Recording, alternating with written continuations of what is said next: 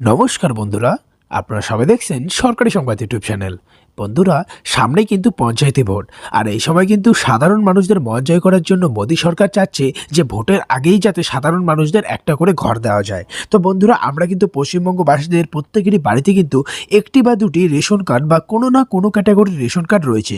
যেমন কারো কাছে পিএইচএস বা কারো কাছে এসপিএইচএস বা AA বা অন্তর্দয় কার্ড বা RKSY 1 বা RKSY 2 বা যে কোনো জেনারেল ক্যাটাগরির রেশন কার্ড কিন্তু থেকে থাকে। তো বন্ধুরা, আপনার কাছে কোন ক্যাটাগরির রেশন কার্ড বা কোন রেশন কার্ডটা থাকলে আপনারা সরকারি ঘরটা পাবেন বা কোন কোন ক্যাটাগরির রেশন কার্ডে সরকারি ঘরটা দেওয়া হয়, এই সব কিছু কিন্তু আপনারা আজকের এই ভিডিওটিতে জানতে চলেছেন।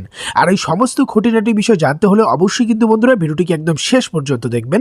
আর বন্ধুরা, এরই সাথে এই ধরনের দরকারি আর গুরুত্বপূর্ণ খবর যদি প্রতিদিন আপনাদের মোবাইলে পেতে চান, তাহলে কিন্তু সবার প্রথমে ভিডিওটিকে একটি লাইক করে দেবেন, এর সঙ্গে লাল রঙের সাবস্ক্রাইব বাটনে ক্লিক করে পাশে বেল নোটিফিকেশনটা অল করে দেবেন। তো বন্ধুরা, এখানে এই যে আপনার কার্ডগুলো দেখতে পাচ্ছেন, এগুলোর মধ্যে কোন কার্ডটা থাকলে সরকার প্রথমে ঘর দেয় এবং কোন কার্ডে সবার পরে ঘর দেয়, সেই সব কিছু কিন্তু আপনাদের আমি বিস্তারিত বুঝিয়ে দেবো।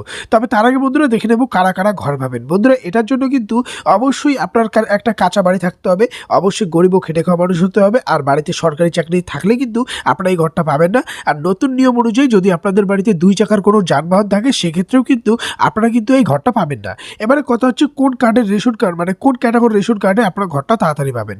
প্রথমে আসছে বন্ধুরা AA ক্যাটাগরির রেশন কার্ড। এই ক্যাটাগরির রেশন কার্ড থাকলে আপনারা কিন্তু আবাস যোজনায় আবেদন করার যোগ্য, কারণ এই কার্ডটা কিন্তু সুপার BPL ক্যাটাগরির মধ্যে পড়ে।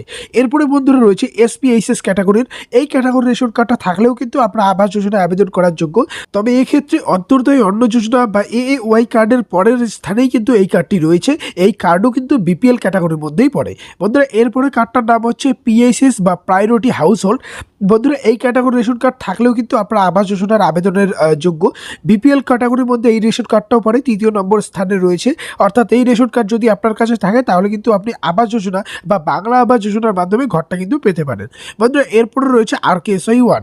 বন্ধুরা, এই রেশন কার্ডটি সম্পূর্ণ কিন্তু রাজ্য সরকারের অধীনস্থ একটি রেশন কার্ড এবং এটাও BPL ক্যাটাগরির মধ্যেই পড়ে। তাই রাজ্য সরকারের এই রেশন কার্ড যাদের কাছে আছে, তারাও কিন্তু রেশন কার্ডের জন্য কিন্তু এই সরকারি ঘরটা পেতে পারেন। এরপরে রয়েছে RKSY 2। বন্ধুরা, রাজ্য সরকারের 2য়তম রেশন কার্ডটা হলো RKSY 2, রাজ্য খাদ্য সুরক্ষা যোজনা 2। এই রেশন কার্ডটি APL ক্যাটাগরির রেশন কার্ড পড়ে, তাই এই রেশন কার্ড যাদের কাছে রয়েছে তাদের কিন্তু ঘর পাওয়ার সম্ভাবনা অনেকটাই কম। তবে কিছু কিছু ক্ষেত্রে উচ্চপদস্থ আধিকারিকরা যদি মনে করেন, তাহলে কিন্তু আপনি ঘরটা পেতে পারেন।